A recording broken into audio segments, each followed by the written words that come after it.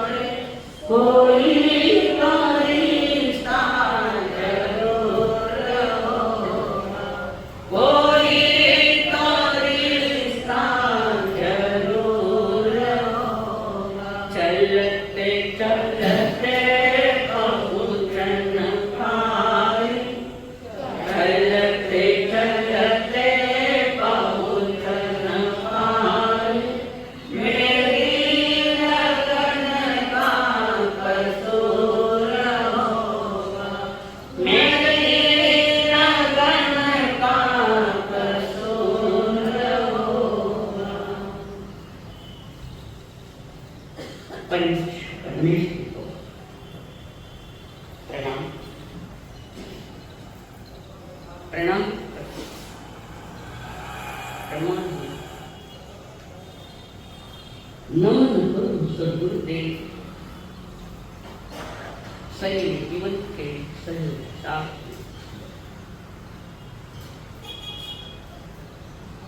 जिन्होंने हमारे जीवन में खुशियों में जन्म सुख पाई। परम पूज्य आदरणीय श्री अम्मा की महासार, जिन्होंने प्रेम पूर्वक हमारा हाथ थाम कर हमें सद्गुरु के चरणों में समर्पित किया। अनंत अनंत कार्य मेरे संसारी स्वर्गस्थ पिताजी एवं स्वर्गस्थ माता, महापुरुषों के महागाथें सुनने के लिए आए प्रियमान, आप सभी के भीतर में विराजमान भगवान आप लोगों को मेरा परमात्मा महावीर जी ने चार गति में भटकने वाली आत्माओं को संदेश दिया और खास तौर से कर्म भूमि का मनुष्य उसके तरफ इशारे जाता है। लगभग 4.5 मनुष्य की ओर संकेत है, इशारे समझा है। देखिए धूम पत्ते पंडु जहानी बड़ई राई गणान एवं मनुमान जी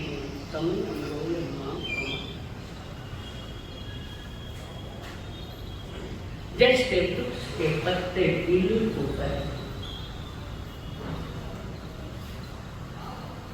गिर जाते, वृक्ष का साथ छोड़ देते। कभी समय पाकर वो भी लाल था, हरा था, अब पीला हो गया, पतझड़ हो गई और गिर जाता है। ऐसे ही मानो बचपन जन्म का शरीर कैसा था, जवानी का कैसा था, प्रौढ़ावस्था का शरीर कैसा, वृद्धावस्था का शरीर कैसा, इन सारों में से गुजरता हुआ इंसान आखिरी अपने समय को, आयुष्य को पूरा करते हुए संसार की यही व्यवस्था है। कोई अलग बेफरमा है। बार बार संत महात्मा आपको कहे समय को कोई क्षण किसी से भी कम नहीं। गया था समय वो भी कम नहीं था, है वो भी कम नहीं। बड़ा कीमती, जो आएगा वो भी कीमती ही होगा। क्षण बस क्षण, समय बस समय। उस वर्तमान के समय में तुम्हारे शुभ अशुभ विचार उस क्षण के साथ तो जुड़ते हैं, तो हमने समय खो दिया है। जिस समय के वर्तमान के समय में भीतर रहता हुआ आदमी आत्मचिंतन करता है, वो क्षण चला भी गया है तो भी हमारे लिए तो कीमती बन गया, प्लस पॉइंट बन गया। जीवन में इसका कोई एक आध भी क्षण आ जाए कि मैं स्वरूप का चिंतन करूं, टाइम को नहीं। यही तरह राजू के टाइम में नहीं है, अनादि से कहते आए, अभी भी टाइम नहीं। संत महात्मा किसी नौजवान को कह धार्मिक क्रियाओं में प्रेरित करते हैं, नवयुवकों को कह रहे धर्म सभा में कि कुछ तो करो, आया करो, सुनो करो, थोड़ा समझ जाओ। तो वो कहता है हमारा करने की तो बहुत इच्छा होती है, जहां भी चुपता है, करने की बहुत इच्छा होती है। आपका कथन बिल्कुल सत्य है, मैं स्वीकार करता हूं, कथन को स्वीकारा है, धार्मिक क्रियाओं को स्वीकारने की अभी भी तैयार है। मैं समझता हूं आप कह रहे हैं, बात बिल्कुल सही है, पर ऐसा क्यों लगता अभी तो इच्छा तो अभी करूं, अभी करो, अभी करो। इसमें 40 साल, 50 साल, 60 साल, 70 साल, पता नहीं किसके कितने समय चले गए। संसार के विचारों के साथ, संसार की क्रियाओं के साथ, पाप पुण्य के साथ अगर हमने अपना समय लगा दिया तो मनुष्य जन्म के हानि कर खो दिया वो मनुष्य जन्म।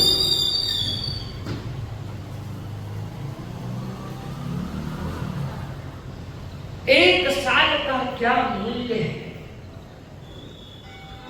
वो एक साल का मूल्य उस विद्यार्थी को पूछो जो फेल हो गया है, साल गया, उसको पूछो एक साल का मूल्य क्या है? एक माह का मूल्य क्या है? एक माह, उस माँ को जाकर पूछो जिसने 8वें महीने में बच्चे को जन्म दे दिया। कहते हैं 8वें महीने में जन्म लेने वाला बच्चा अगर बचता नहीं हो सके, उस माँ को 7 में भी नहीं, 9 में भी नहीं, बीच में अटक गया, उस माँ को पूछो एक माँ का क्या है? किसी पत्रकार से पूछे, एक दिन का मूल्य क्या है? साप्ताहिक से पूछो एक दिन का क्या मूल्य है, वो समझता है। एक दिन का क्या मूल्य है उस मजदूर से पूछो जिसको उस दिन मजदूरी नहीं दी गई, दी नहीं, उससे पूछो एक दिन का मूल्य क्या है? एक घंटे का मूल्य क्या है? महत्व क्या है? कितना? एक घंटे का मूल्य क्या है? उस सिकंदर से पूछो जाकर जो मां के चरणों में विश्व जीत कर मां के चरणों में रखने वाली कसम खाई थी और 1 घंटे के पहले रास्ते में मृत्यु हो गई सिकंदर। जीवन की शांति वेला में तुम्हें समझ गया कि मैंने क्या पाया, खत्म। 1 घंटे पहले 1 घंटे का चांद सिकंदर से पूछा, 1 मिनट का क्या मूल्य है, क्या महत्व है? उस भाग्यशाली व्यक्ति से पूछो जो 1 मिनट पहले ही वर्ल्ड ट्रेड सेंटर की इमारत से बाहर आ गया, 26/11 जो बॉम्बे में बम ब्लास्ट हुआ, जो 1 मिनट पहले निकल गए वे बच गए, बाकी सब फंस गए। 1 घंटे का क्या मूल्य उससे, उसी के साथ एक समय का क्या मूल्य, 1 सेकंड का क्या मूल्य है? वो जो रनिंग की स्पर्धा में है उससे जाकर पूछो कि 1 सेकंड का क्या मूल्य है, कारण 1 सेकंड में ही वो आगे वाला पहुंच गया वहां पर, बाकी रह गए, नंबर चला। 1 सेकंड के लिए उसको गोल्ड जो आने वाला था बख्शिश रह गया, नहीं मिला। स्वर्ण पदक मिल सकता था, थोड़ी ताकत लगाता है क्षण की समय, तो स्वर्ण पदक उसको मिल जाता। एक समय का 7 समय या कुछ 7 लोग का मूल्य उसको कुछ शायद बदले से कुछ समय के लिए, ज्यादा भी समय नहीं, आंख बल के कोई बुझा दी और मांग करे तो मांग के बेटा एक बात बोले, एक बात धनना जगह थे वो गए शायद बदले नहीं सोचा। अब देख तो क्या फर्क पड़ता है। पादोपगमन संसार था, साधारण नहीं समझो। पादोपगमन संसार कैसा होता है? पादोपगमन संसार आज नहीं है वो कि जैसे वृक्ष के डाल गिरती है और जिस अवस्था में पड़ी रहती सदा के लिए, वैसा ऐसा ही पादोपगमन संसार जिस स्थिति में, जिस कंडीशन में शरीर को रखा है, फिर पलके भी नहीं हिलाई जाती, वो पादोपगमन संसार। आज का संसार तो सामान्य वो भी ढंगड़ारा नहीं है। सांस निकलते निकलते संसार बचकाए दियो आने के समझे। चालीस बकरे को पूछो, खाली आंख खोल कर समय के लिए मां की तरफ गए, आंखें बंद करी, आयुष्य का बंद पड़ गया, सरवार से विमान में गए, उसी समय मोक्ष जाने वाले आत्मा।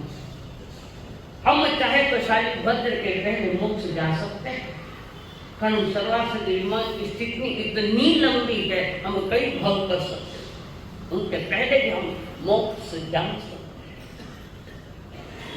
जिसको समय की कीमत समझ में आई है, जिसने समय का मूल्य आंका, हर क्षण के साथ जिसने अपने आप को क्षण के साथ आत्म साधना में लगा दिया है, तो टेढ़ी मेढ़े राहों पर भी कभी ठोकरे नहीं खाएगा। संसार की राह टेढ़ी मेढ़ी राजमार्ग सीखा, उन्हें कुछ क्या कीमत।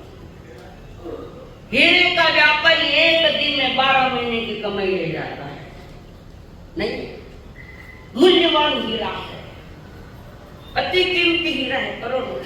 भले ही वो 12 महीने, भले ही नई ग्राहक आए, पर कोई एक आधा ग्राहक आ गया कमाई दे गया 12 महीने की, वो हीरे की कीमत है। खाने की कीमत नहीं है, तुम्हारी क्या कीमत है समझना। एक ब्राह्मणी, अरे ब्राह्मण, वो जो ब्राह्मण था वो पत्रिका का अच्छा जानकार था। तो पत्रिका देखा ना, पंचांग, बड़ा जानकार, बहुत अच्छी तरह से जानकार। और ऐसे पंचांग देखते देखते उस नजर एक पॉइंट पर गई और वो देख कर रहा है और उसको देखा उत्कृष्ट मुहूर्त है, दिख रहा, अच्छा जानकार था। और ये समय रात का 12 बजे का समय है, बहुत कीमती समय, खूब कमाई दे सकता है इस समय रात के 12 बजे का। उन्होंने देखा और ब्राह्मण को बुलाया, ब्राह्मण मध्य रात्रि का जो समय है अति कीमती है, खूब लाभ हो सकता है, तो आप क्या कहना चाहते?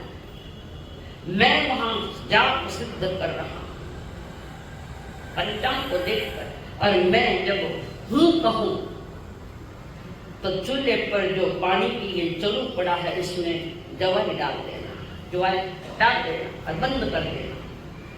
ये दोनों पति पत्नी की आपस की जो बात हो रही थी, एक पड़ोसन गरीब बाई वो सुन रही थी, उसको नींद नहीं रही, आयु की बात वो सुन रही थी, कान लगा।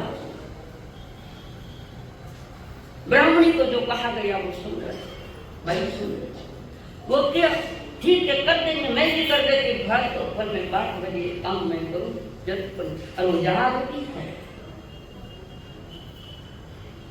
और नई चीज हुई तो मैं बात दवारी में करे ना, लाया नहीं दूसरा सीधा के 70 नाम लिखा गुगुरे खायो मानी गुगरे खाइयो क्या कर 70। वो गरीब भाई सावधान है, इधर पंडित जी देख रहे और वो जवानी वो पानी रखा हुआ है और उस पानी ब्राह्मण ने कहा मैं जैसे हूं तो उनको डाल देना दवाई।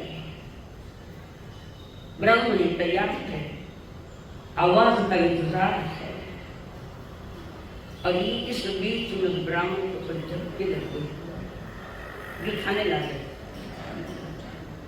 अब कई जगह कहाँ पे छूट जाए मेहमान, कितना झुके नींद में। ब्राह्मणी को थोड़ी नींद आई, एक हाथ 150 मिनट और इस बीच में ब्राह्मण ने कहा हाँ, उसने सुना नहीं नींद में और उधर उसने सुना कि ब्राह्मण हूं करे तो मैं दवाई डाल दूंगा तैयार। और ब्राह्मण ने हूं कहा, पड़ोसी रहना ने दवाई पेटी में डाल दिया और इधर वो ब्राह्मण थोड़ी गलती कर गई, समय वो समय निकल गया, समय बड़ा वो निकल गया, समय निकल गया। और उसके बाद ब्राह्मण सोचते ब्राह्मण ने कर दिया कर नींद लगे अभी डाल दी उसने दवाई। सवेरा निकला, पड़ोसन बाई ने अपने जेब की खोली डब्बा निकाल, जितने जवारी के दाने थे उतने असली मोती हो गए। समय का असली मोती आ गए। वो बहना आधा कटोरी मोती असली मोती लेकर ब्राह्मण को देने के लिए कहा, असली मोती। और घर में जाकर ब्राह्मण को कहा, आपका महान उपकार है, मेरे देवते में मोती के दाने दाने जवारी मोती बन गई, मैं देने के लिए आई। तब ब्राह्मण जाकर मेरे भी देख को जाता है कि मेरे बर्तन में जवारी मोती बनी तो नहीं बनी, देखते हो। और वो ब्राह्मणी गई, ढक्कन खोला तो जवारी। ब्राह्मण को पता है ये जवारी है, कहीं तुम्हारी गलती हुई है, कहीं गलती नहीं, कहीं भी गलती नहीं। आपने कहा मैंने डाला, ऐसा हो ही नहीं सकता। बाजू वाली आके ये मोती लेकर आई, तो तुमने कैसे तैयार किए कि आपने अपनी पत्नी को कह रहा था मैं सुन लिया, मैं करके देखो, और आपने मुंह कहानी में ये डाल दिया, ढक्कन रख। ब्राह्मण को बताता देख उसने कमाई करी, तुम कहते हो ना मुहूर्त ठीक नहीं, ये उसके लिए कैसा हो गया। ज्ञानी जन कहते हैं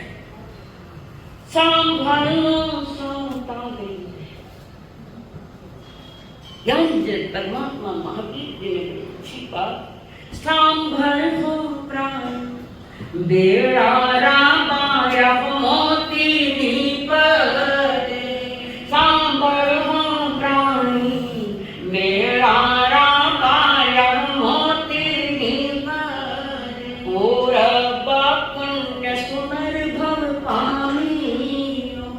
सुनिए क्या है मोती सीधे मस्त मुंडा है, पूरब पुण्य सुनर भव पामी, उत्तम कुल अवतार, पूरी इंद्रिया ने लंबाऊ, आरज खेतर मझार, संभव प्राणी बेड़ा रामाया मोती निपरे। समय पर जो बात होती है उसका राज नहीं होता।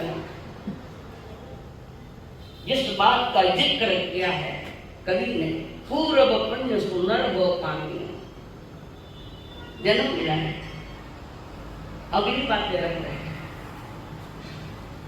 जितना तुम इस जन्म को मूल्य नहीं देते, कई गुना इस जन्म का मूल्य, कई, पर तुम्हें मूल्य समझ में नहीं आया। डेड रूटिंग में चल रहे आनंद जी की याद,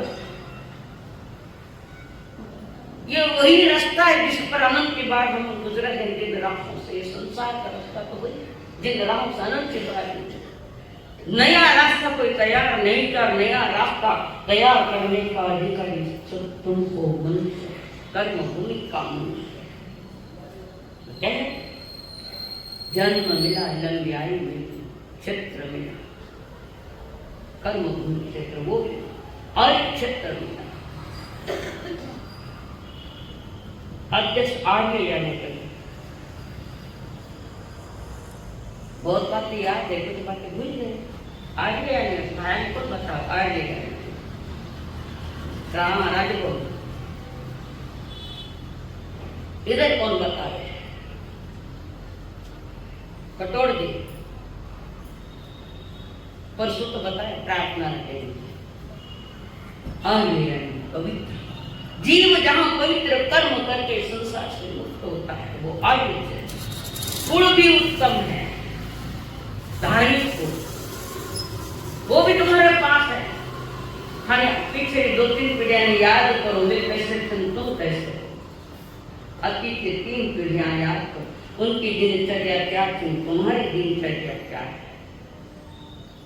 उन्होंने समझ की कीमत की, वाणी में सुधार है, सोचन में सुधार है, और काया से क्रिया भी सुंदर है। उनसे पूछो जाकर, अगर वे पास आ जाओ तो झपट चले आ गया, कहां से कितना पतन देखे वेला। भगवान तो कहते क्या किया, मनुष्य जन्म पाकर उसके साथ क्या निर्णय लिया है मनुष्य, क्या जजमेंट, क्या तुम्हारा इतना ही निर्णय है क्या? बख्शान सुनना, पता सुननी, गीत सुनना, ये रंगमंच नहीं है, पर परमात्मा महावीर का मंच है। इस मंच से ही मन को सुधारो, प्रभु के मन को ठीक करो, पाप क्रियाएं मन में भी मत आने दो, अशुभ सोचो ही मत। तब जाकर तुमने अपने जीवन से समय के साथ अनुसंधान कर, अनुसंधान दौड़ दिया समय के साथ। वैज्ञानिक पुरुष होते हैं कि समय के साथ तो जागृत रहते हैं। हमारे सुमति प्रकाश जी महाराज के शिष्य आशीष सुंदर जी महाराज खाने खाया, अगर होटल चुंगी ना तो पाना ही पड़े, चारों दिशाओं की यही पर पुजीत पर आते है। समय नदी की धार के समय सब बह जाया करते है, समय बराबर पर्वत जुट जाया करते, अक्सर दुनिया के लोग समय में चक्कर खाया करते हैं, लेकिन कुछ ऐसे होते हैं जो इतिहास बनाया करते हैं, इतिहास बनाया करते। राजू बाबू मंडाली मरने चल, उनको मरने चली, उनको क्या किया भाई ईमानदारी से। जितने बरस आग अभीतर जिस उम्र में हूँ, अतीत को देखो तो तुम्हारे लिए कितने समय सही और कितने समय गलत, इतनी उम्र में भी ऐसे कौन सी घड़ी है जिसमें आपने स्वयं के लिए भी शुभ किया, जगत के लिए भी शुभ काम किया। थोड़ा बहुत हो सकता है, उम्र इतनी लंबी मिली पर थोड़ा बहुत कर गया तो यशोदा घाटे का घाटे सांभल हम प्राणी बेड़ा रामाया मोखी हम दो करो मोट दो मिनट को भी तो बात तो बता, मिनट को भी परमात्मा महावीर कह रहे हैं। ऐसा ही कुछ मनुष्य का जन्म है, जैसे वृक्ष के पत्ते पीले पड़कर छिड़ जाते हैं, पतझड़ बज जाती है। तुम्हारा जीवन भी ऐसा ही है। कई पीढ़ियां कब चुके जिस घर में तुम हो, मारो मारो करता ले गया, गया कि नहीं गया? पुराने मकान में से कितने लोग बाहर निकले आड़े, सोचो। जिन्होंने छोड़ा उसको तुमने अपनाया, जिन्होंने छोड़ा उसको हमने अपनाया, मेरा। कितनों को बाहर निकाला तो तुम्हें भी निकालवाने तैयार बैठे, तुम्हें भी निकालवाने तैयार बैठे। अतीत अपना बुजुर्गों का, अपने पुरखों का अतीत थोड़ा जाकर कुछ लोगों ने 1-2 पीढ़ी तो देखी होगी, देखो उनकी दिनचर्या, उनकी जीवनचर्या और अनुसंधान कर तुम्हारे जीवन के साथ तुम्हें प्लस मिलेगा तो माइनस मिलेगा, प्लस पॉइंट मिलेगा तो माइनस पॉइंट मिलेगा।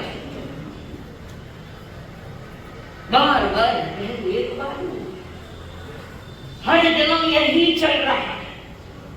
और फिर कहते थोड़ा समय और डॉक्टर के लिए कुछ समय का मेहमान, ठीक है, थोड़ा टाइम और देना, थोड़ा फिर ये कराए तो देना, फिर शंकर की ताकत नहीं समय बढ़ा देगा। मैंने खुदा से कहा, मैंने खुदा से कहा कुछ पल उधार दे, मैंने खुदा से कहा कुछ पल उधार दे। खुदा ने कहा जो खर्च किए पहले उसका हिसाब दे, खुदा ने कहा पहले जो खर्च किए थे उसका हिसाब दे। मैंने कहा प्रभु, मैंने कहा मैं पागल हूं तो हिसाब क्यों पूछता है। मैंने कहा खुदा से, मैंने कहा मैं पागल हूं, खुदा मैं पागल, तो क्यों पूछता है कि पहले उसका हिसाब दे। जिसमें हिसाब लिख सकूं ऐसे कोई किताब दे पूछो। मैंने कहा खुदा से एक पल उधार दे। खुदा ने कहा जो पहले खर्च किए थे उसका हिसाब दे। फिर मैंने कहा मैं पागल हूं तो मुझे पूछता ही क्यों है, जिसमें हिसाब लिखूं ऐसी कोई किताब दे। किताब स्टेशनरी दुकान में मैं जिसने अपने जीवन का हिसाब किताब किया, जीवन का हर क्षण महापुरुषों के स्मरण में होता है। रे महापुरुष सिर पालन रे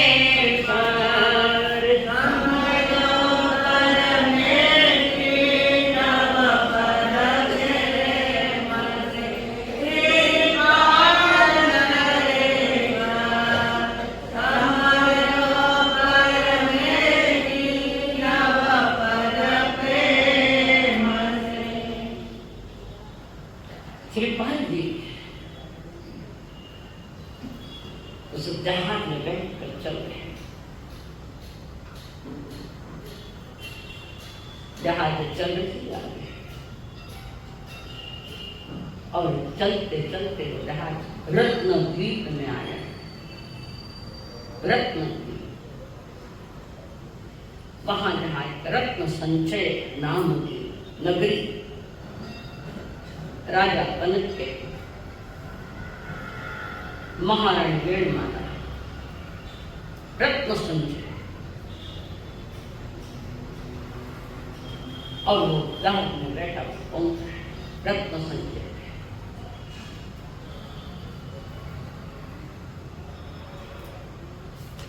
और वहां पर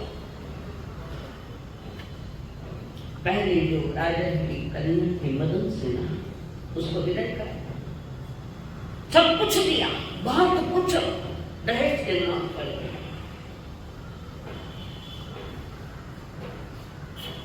उसको विदा किया, वहां से उन्होंने निकले। मदन सेना के साथ साथी होने के बाद आगे चल रहे हैं। धवल से तो देखने जा रहे हैं। ईर्ष्या की आग में तो चतुर्विध संघ भी जल रहा है। ईर्ष्या करा खाली राजा महाराज जल के संशेष होगा। बड़ी बड़ी बीमारी ईर्ष्या की, बहुत बड़ी बीमारी, जैसे कि कैंसर है। कैंसर एक जन्म बिगाड़े पर ईर्ष्या तो जन्म जन्म बिगाड़े। और अपने माता पिता उनको सारी जानकारी कैसे रहना, क्या रहना बताने के बाद आगे चलते हुए पर चल रहे और उस नगरी में आए जहाँ रत्न दीप है रत्न संचय कलंक तो राजा उसकी राम पटरानी रेड माना जिसकी कन्या रैन मंजूषा, 4 भाइयों के ऊपर एक लड़की है जिसका नाम था रैन मंजूषा। श्रीपाल जी ने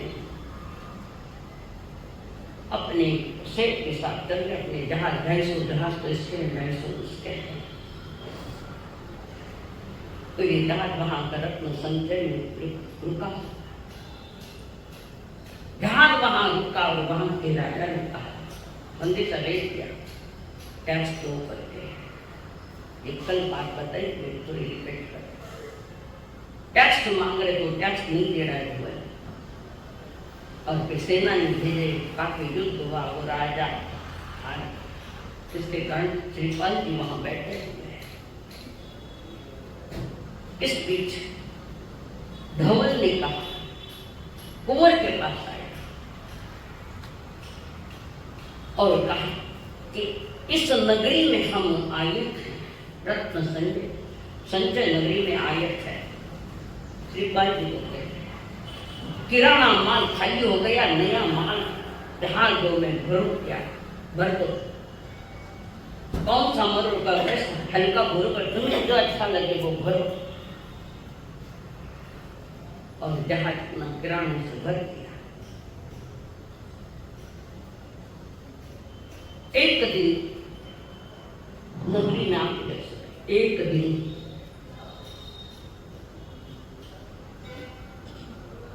श्रीपाल जी जो है जिसको एक रात एक किसी ज्योतिषी ने एक राजा ने ज्योतिषी को पूछा कितनी रानी है श्रीपाल जी को, कितनी रानी? मैना सुंदरी है, मदन सेना और रैन मंजूषा है, 30 पानी थोड़ी भी कोई जिसपे सर्वलोक से अवसर उनमें जबरदस्त श्रीपाल था। और उसके बाद किसी संत को पूछा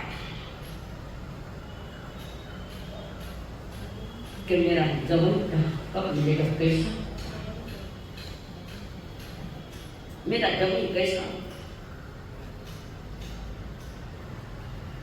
और वो नगरी के रत्न संजय के अगली नगरी अंकुद्वीप नगरी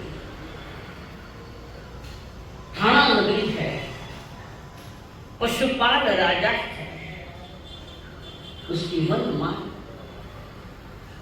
रानी गुणमाला कन्या नैना सुंदरी मदन से रैन मंजूषा और ये चौथी आई है। तो उस राजा ने निमित्त को पूछा मेरा दवाई कौन होता है, मेरे बेटे की शादी किसके साथ होगी? ज्योतिषी ने सभा में कहा, अच्छा जानता था। तब ज्योतिषी ने कहा महाराज ये जो सागर रत्नाकर सागर है एक राजा बहता हुआ आएगा, बहता आएगा बैसाख सुदी 10वीं 2:30 प्रहर बीत जाएगा। तो कितने बजे अंदाज कितने बजे पकड़ू? 2:30 प्रहर धूप ढल जाती, 1 प्रहर में 3 घंटा, 2 प्रहर में बताया बच्चे को पहले के 2:30 प्रहर धूप ढल जाती।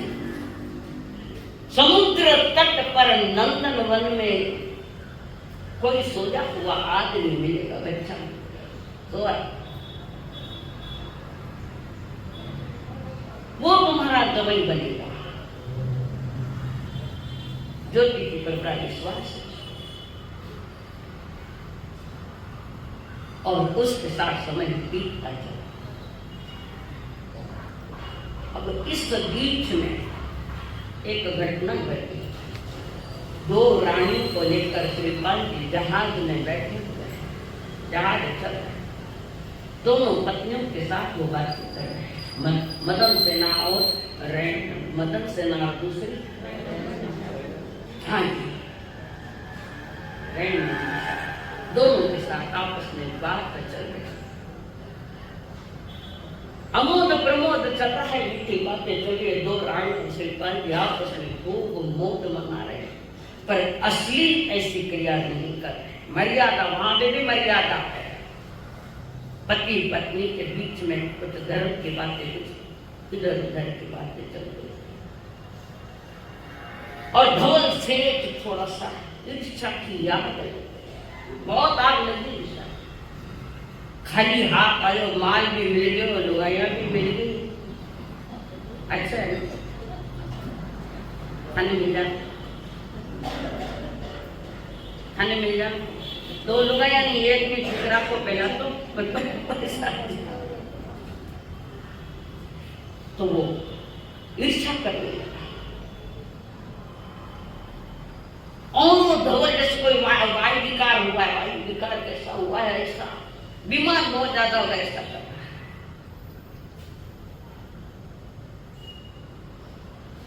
आई श्रीपाल जी ने पूछा, पिताजी क्या हुआ, हुआ क्या आपको? कुछ नहीं, कभी कभी ऐसा होता है, ऐसा कोई खास नहीं।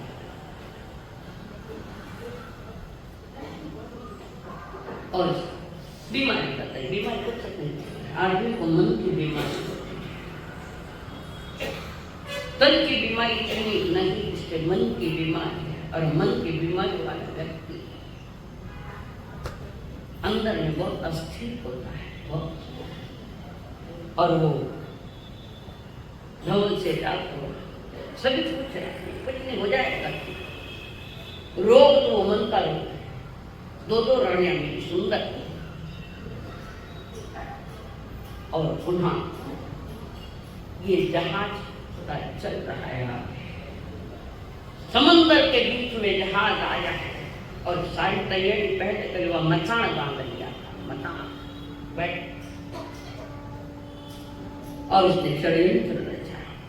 धवल जी के 4 खास दोस्त थे, खास दोस्त। हमको पता लगा कि ये शेर ऐसा कर रहा है, तो 3 मित्रों ने समझा ये पाप मत करो। तुम्हें कितनी बार बचाया, कितनी बार तुम्हारी रक्षा करे, तुम्हारे जहाज चलवाए, बहुत कुछ किया था।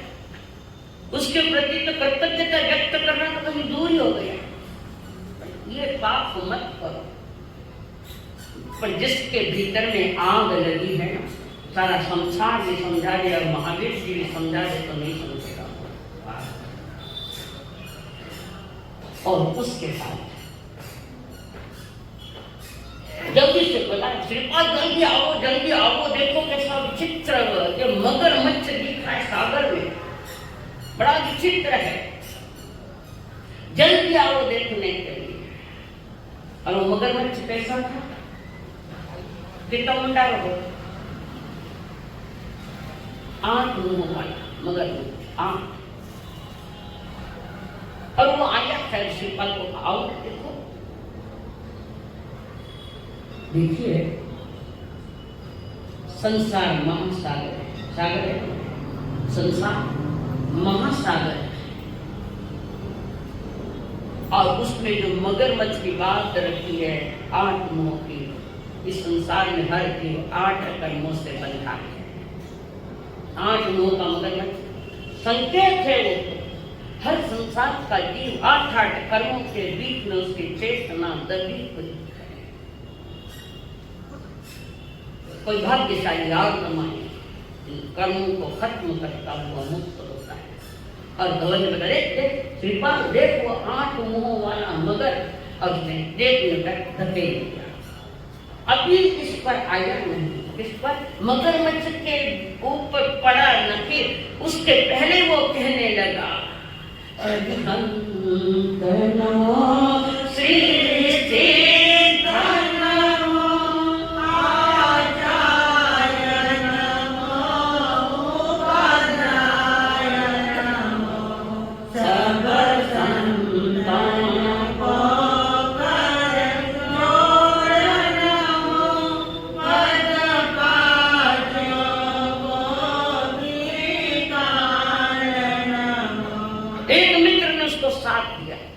मंत्र एक ने 7 दिया, तुम्हारी हर इच्छा मैं पूरी करूंगा। क्या क्या इच्छा है तुम्हारी? क्या क्या इच्छा है तुम्हारी? कई बताऊं ठिकाने तो नहीं मिलती, बोलते ही ना है, शब्द कम हो जाए, इच्छाओं से भरा है संसार। तुम्हारी इच्छा पूरी होगी ये कोई गारंटी नहीं, पर निद्रा मार्ग पर तुम्हारी इच्छाएं हर इच्छा पूरी हो सकती। अभी इस पर पढ़ा ही नहीं, उसके पहले ही इसने 9 मंत्र चालू कर दिया, पंच परमेश्वर को और 4 गुण परमेश्वर के ज्ञान दर्शन चालू कर 9 पद दिए। और वो मगरमच्छ पर जाकर पड़ा और वो इतना घबराया कि मेरे ऊपर क्या आके पड़ गया। मगरमच्छ डर जल्दी जल्दी पानी से निकल कर फेंक दी पानी के बाहर। श्रीपाल जी को सब पता तो लग गया कि ये खेल क्या चला और उसको फेंक दिया किनारे, सागर के किनारे। और धवल जी को लगा गया अब तो अपनी से। सुमत मित्र ने बहुत, पर नारी का इश्क बुरा है, सतियों पर बुरी नजर मत डालो धवल जी। गलती करी रावण ने तो लंका खत्म हो गई, पर नारी का इश्क बुरा। और कौन समझ, जिसको आगे भीतर में वही लगे, तो मित्र ने समझा कर कुछ नहीं। और एक दिन बना थका उनका श्रीपाल जी सागर के किनारे एक वृक्ष के नीचे सोया हुआ है।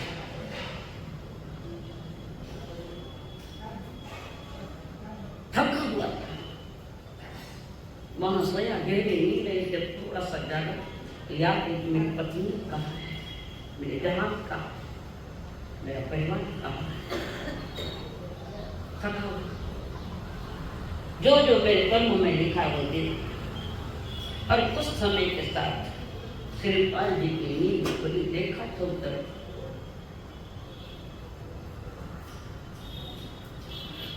और इतने में सुभट लोग आए। राजा ने भेजा, कुंकुदीप के राजा ने, देखो समय हो गया है कि अमुक अमुक दिन वैसा सदी 10 में जो तुम्हें तो सागर के किनारे सोया हुआ मिलेगा, वो तुम्हारा जमीन होगा। निमित्त जो ने कहा था राजा, कुंकुदीप के राजा, जिनकी कन्या गुणमाला, सुबटों को भेजा तो निमित्त ने जो बात कही यथा तथ्य वहां मिल गई। सागर के किनारे एक नौजवान सोया हुआ मिला और ढाई धूप ढल जाने के बाद वो उठेगा, जाओगे। उसने कहा निमित्त की बात रखी तो सामने आ गए। फिर वो सारे सेनानी वहां थे। श्रीपाल जी ने पूछा क्या करने में तुमने आपने यह किया? कुछ नहीं, आपके लिए अश्व लाया, इस अश्व पर बैठो, घोड़े पर बैठो। श्रीपाल जी बैठ गए और सारी सेनानी भी चल गई और राज दरबार में श्रीपाल जी को लाया गया है। वहां राजा ने और उन्होंने विनती की, मेरी एक कन्या के गुणमाला, उसी के साथ हम आपसे शादी करवाना चाहते हैं, हम आपको गवई बनाना चाहते हैं। श्रीपाल जी का मेरा कुल का पता नहीं, मेरे परिजनों का पता नहीं, मैं भटकता आया हूँ, पर आप जल्दी निर्णय मत लो। उसे भी नहीं, विशिष्ट ज्ञानी ने भी यही बात रखी थी, वो तो निमित्त वो तो था ही, और भी विशिष्ट ज्ञानी ने बात रखी थी। आइए स्वीकार करो, तुम्हारे चेहरा तुम्हारे शरीर के दमके कहते कि कोई किसी राज के राजकुमार को चेहरा बता। भले तुम वनवासी बने हो, पर तुम वनवासी नहीं, तुम आत्मवासी हो। आत्मवासी नौपत जी का धारक, तुम आत्मवासी। और राजा ने कंकुदीप के राजा ने पुष्पाल ने अपनी कन्या गुणमाला के साथ शादी कर। फिर संध्या में श्रीपाल जी ने पूछा, तुम्हारे पिता के लिए बिना गाने बिना बैठे हुए तुम्हारे साथ शादी कर दिया जी? हमारे पिताजी ने जो किया वो ठीक ही कहा किया है। फिर गुणमाला ने पूछा, प्राणना तुम्हारे माता कौन है? तुम्हारे पिताजी कौन है? किस राज्य के तुम धनी हो? तुम्हारा वंश कौन सा है? श्रीपाल ने क्या पानी पिया तो जात पूछेगा? पानी पिया तो जात पूछे? नहीं, ऐसा नहीं। निश्चित क्यों? तुम्हारे माता पिता हमारे राज्य का परिचय दो, हमें परिचय। और किस कारण तुम सागर में गिरे?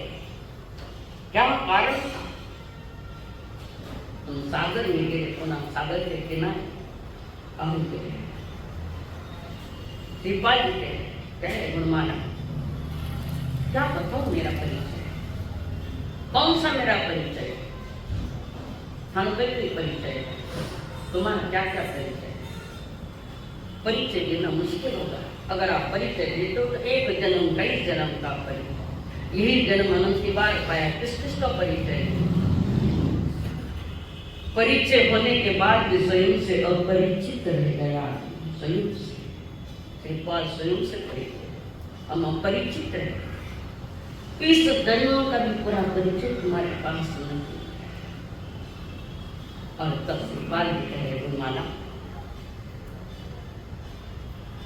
मेरा परिचय चाहते हुआ माफ करो प्रार्थना चाहती हूँ। श्रीपाल ने कहा, गुणमाला जी मेरे लिए संशय मत करना, डाउटफुल स्थिति में मत रहना। मैं चंपा नगरी का राजा, चंपा नगरी, मैं उज्जैन आया। मेरी पहली पत्नी सबसे पहले जो मैंने सुंदरी है उसके साथ मेरा विवाह। उस समय मुझे कोढ़ की बीमारी थी, मैंने सुंदरी के प्रभाव से मेरे कोढ़ से बाहर आ गया, बीमारी से बाहर आया। उसके बाद मेरी दूसरी जो पत्नी वो रत्नदीप वाली रैन मंजूषा, वो मेरी पत्नी मदन सेना, मदन सेना के साथ में शादी। उसके बाद और एक पत्नी व्रत संचय नगर की रैन मंजूषा, उसके साथ में मेरी शादी। सारा संशय मिटा दिया। गुणमाला का उसको रोम रोम करने मेरे पिताजी ने जो किया बहुत अच्छी थी। माता पिता पर जिनको भरोसा नहीं होता है, माता पिता से कहते हैं वो नहीं है माता पिता के इसमें, उन्हें भरोसा नहीं आजकल माता पिताओं पर। मैं बोल रही हूँ सही है तो गलत है? किसी लड़की को तुम्हारी बेटी हो तुम्हारी पोती हो तुम पर भरोसा नहीं है, मूर्खता बड़ी बात है। जिन्हें अपने माता पिता पर भरोसा नहीं, खुद चॉइस करती है। गुणमाला कहते मेरे पिताजी ने सही किया, जो भी वे करेंगे वो सही करेंगे। कौन माँ बाप नहीं चाहता कि मेरी बेटी या पोती के लिए अच्छा वर मिले? कौन नहीं चाहता है बताओ? हर माता पिता अपने बच्चों की कुशलता चाहते हैं, अच्छा जवाई मिले या अच्छी बहू आवे, हर कोई चाहता है। और आप तक भरोसा नहीं। मैं देखा कई देखे अनपढ़ी हुई थी तो चॉइस भी कैसी, कोई मुसलमान, कोई हिंदू, कोई मराठा, किस जाति, जिसका खाने का ठिकाना नहीं है, कौन क्या खाता है क्या नहीं खाता। देखो अब तुम्हें ऐसी लड़कियां लेकर नहीं, कई लड़कियां मुसलमान के पीछे गई। तुम जाकर पूना में मटन मार्केट में जाकर देखो, तुम्हारे जयपुर में जन्मी हुई लड़कियां मच्छियां काटती हैं। ध्यान नहीं। पहले के लोग समाज को मानते थे, एक व्यक्ति से नहीं। समाज जो कह देता बात ठीक, इसका निर्णय करो। आप तो बाप कहते नहीं हमारी पेट कैसे को ले रहा, ठीक है भागन जाए हमारे पड़े। कोई कहता हितैषी भी कहते, लोग नहीं ऐसे नहीं। समाज में भी हितैषी लोग है, पर ये ओवर कॉन्फिडेंस अपने बेटी पर न अपने बेटे पर, ओवर कॉन्फिडेंस। कोई कहता है तो समझने की तैयारी नहीं, सुनने की तैयारी नहीं। और फिर जब समय आता है तो मुंडा लड़का का बाजार में और ऐसे कभी छोरी भाग गई, हमको नहीं कहते इज्जत भागत नहीं मार मैं कुछ बोल ना माँ बाप की भाग जाने लगा है खड़े शब्द में बोलते तो समुद्र पैदा नहीं समझना पड़ेगा पंचम काल पर रखो बात और पतन का मार्ग सुना है आज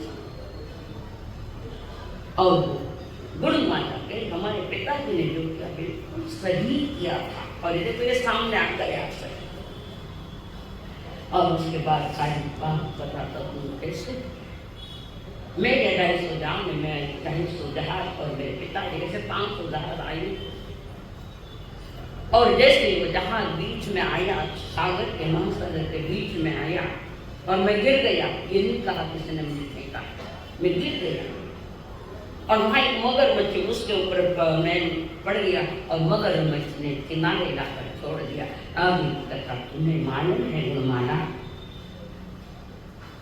काटा दो तो धवल ने काटा था वो उम्मत मित्र दोनों ने मिलकर सारे गुरुमान को घटना बता इसके बीच पुनः बेटो दो पटरानियों की स्वीकार की मदन सेना और दूसरी बेट क्या हो अब धवल रोता रोता आया जोर जोर से हे भगवान हे श्रीपाल ये क्या हो गया तू कैसा गिर गया नाटक सत्य से भी नाटक लोग ज्यादा करते हैं सच्चाई तो कम रहती पर नाटकीय बातें बहुत है असंसारी लोगों को नाटक करना बहुत आता है बहुत आता है असलियत छोड़ी होती पर नाटक उसका बहुत बड़ा होता है देखो आप अनुभव करो हमने किया अनुभव से बोलते हैं आदमी बहुत नाटकीय हो गया उसका जीवन ही तड़कलाट हो गया अब रोता रोता वहां आ गया ये इनको भी पता लग गया पत्नियों को मैं मदन से ना राइट मुझे पता लग धवल भी जोर जोर से रोता आया हे बेटा तू कैसे गिर गया हे बेटा तू कैसे गिर गया मैं वहां उनको थप्पड़ लगा के दो ये ऐसा हो गया ये ऐसा जरूर थोड़ी गलत करी वो डर गलत नहीं गलत तो मत मानो नाटक करता है वहां पर और रोकती हुई रही मदद से खूब रो और वो बात कर रो रहा है कर आजकल देखो कोई मर्दा का रोन का नाटक कितना असली आंखों में पानी को नहीं અને આવાજ માત્ર છેક રોડ પર સુમાઈ ગઈ કઠે ગયા वो कठे को जाना दे गए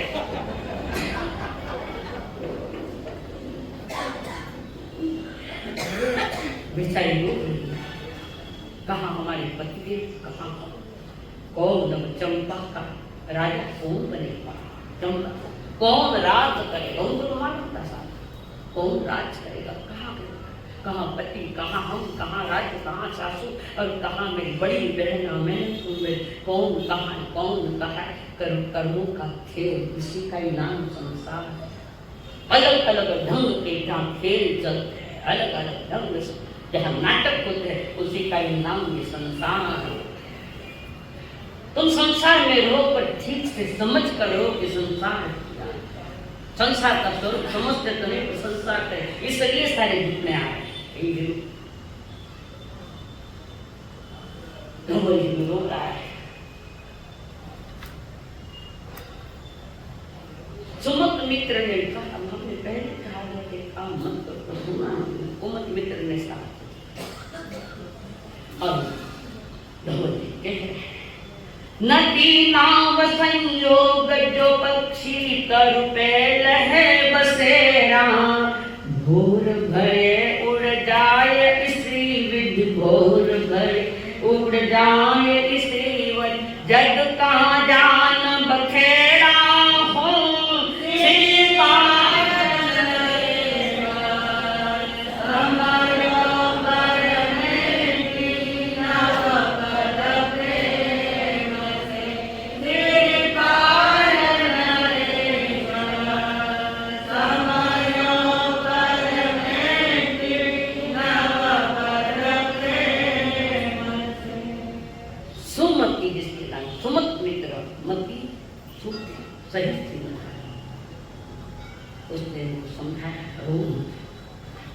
संसार दुख अहो दुखो है संसारो महावीर की वही थे मात्र नानक वही तेरे दुखिया सब संसार जहर पचाने का अर्थ हो जाती ना तो आदमी संसार में दुख नहीं मानता दुख नहीं है संसार में रात दिन भजड़ खावे दुख सुनते दुख नहीं संसार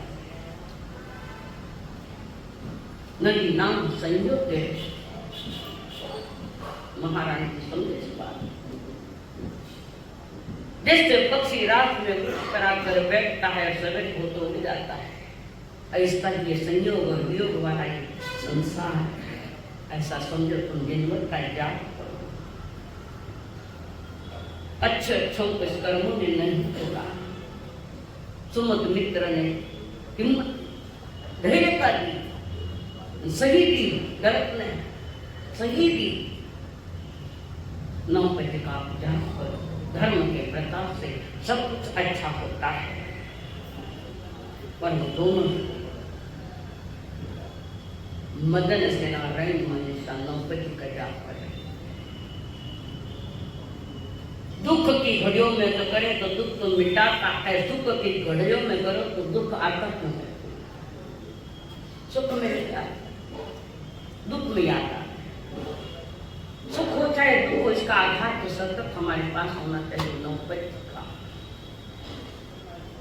इन 9 पदों में 5 महापुरुष जो नौकार मंत्र है कोई व्यक्ति नहीं एक आत्म परिणति है एक आत्मा की शुद्धि का विषय पंच परिणति आंतरिक का विषय वो आत्माएं हैं जिनने अपनी आत्मा का विकास किया है बाह्य जगत में रहते हुए भी अंतर का निवासी बने हुए ये पालन कर और कुछ समय के साथ धवल से जोर जोर से रोता है तुलसी के सुलझाने वाले श्रीपाल मेरे इतने संकट तुमने निवारण थे अब याद आ गया ठीक से देखो संसार को इस आंख से मत देखो इस चमड़े की आंख से संसार को मत देखो ज्ञान की आंख से देखो सत्य क्या है बीच में किसी को लाना नहीं तुम्हारे जन्म से लेकर अभी तक की जो इस बीच में क्या क्या घटा और कौन अपना है कौन पराया इसका निर्णय जन्मदाता बाप भी कभी किसी का होता नहीं बेटो कमाए ना बाप ने बेटो को इस संसार के रिश्ते स्वार्थों के स्वार्थ स्व का अर्थ निकालना फिर स्वयं की सोचना और किसी के नहीं ऐसे ही संसार ज्ञान ने संसार को संसार के स्वरूप से देखा है और हमने संसार को देखा है कि संसार में सुख मिल से किन्हें मिले सुख संसार में और कितना मिला क्षणिक कहते ना क्षणिक सुखा साथी वो तो कोई ही भ्रष्ट बराबर मूल्य शब्द अपने देवे बताई दो क्षणिक सुखा साथी कोई नीति नहीं जान रहा है जीवन जीने के लिए कुछ नीतियां होती है कुछ धर्म त्रावक के 21 बोल नीति मार्गानुसार के 35 बोल जीवन जीने की कला बताए 10वीं कली के 4थे अध्याय में जो गाथाएं वो विचारा घुमा के सारी विधि बता रहे हैं मैंने जाने को नहीं तो देखो अविधि में चलो समय बिताओ उसके साथ और वो धवल से रोता रोता किसको दोष दे ठग लोग मीठा ना बोले योगी भी मीठे बोलते हैं ठग भी मीठे बोलते हैं योगी का मीठापन सही मार्ग पर ले जाने वाला ठगों का ठगने वाले का मीठापन उसके अंदर जहर ये संसार ठगों की दुनिया है याद रखना आज नहीं तो कल याद करना ठगों की दुनिया ठगा खोर है और हम ठगे जा जिसको खुद का भरोसा है वो ठग की बात तो सुन लेगा पर उसके बाद आगे क्रियान्वित नहीं करेगा और वो श्रीपाल जी रोते आगे हैं कल का है कहाँ गया न क्या गया भेज तो कहाँ गया न क्या भगवत से अपनी बात रख रहा है। जहाँ तो गए मैं हूँ, हमारे संग संसार। ऐसा लगे जहाज में उठाए फेंक दो, दो कदम उठाए फेंक दो, गलत मार्ग पर चल रहा है। और जब ब्रह्म समझ की अरे इसका लालच है हमारे, इसलिए हमारे स्वामी का द्रोही बना। विष जैसे बोल वो हमें सुना रहा था, वो समझते थे अमृत क्या है, विष है। तभी तो नौपति की शादी का बंधन है। एक भरोसा राम का संकल्प हो हमारा,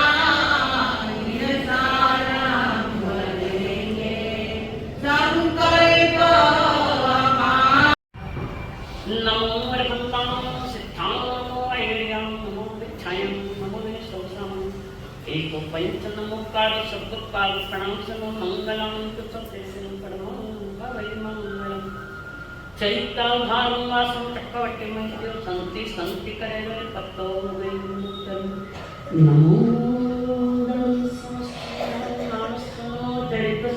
नमो तपस्व गुरुदेव की आज्ञा चत्तांग मंगलम संतान मंगलम सिद्धा मंगलम साहु मंगलम केवली नमो मंगलम चत्तारी लोकोत्तम संतान उत्तम तथा उत्तम साहु लोकोत्तम केवली प्रणतो धम्मो लोकोत्तमो चत्तारी शरणं पवज्जामि अर्हन्ते शरणं पवज्जामि सिद्धे शरणं पवज्जामि साहु शरणं पवज्जामि केवली प्रणतं धम्मं शरणं पवज्जामि। एक साथ पढ़िए शरण अरहंतो का शरणाय सिद्धो का शरणाय साधु का शरणाय केवली प्रभुवी चाय शरण दुख हरण जगत में और शरणा कोई होगा जो भव्य प्राणी करे आराधना उसका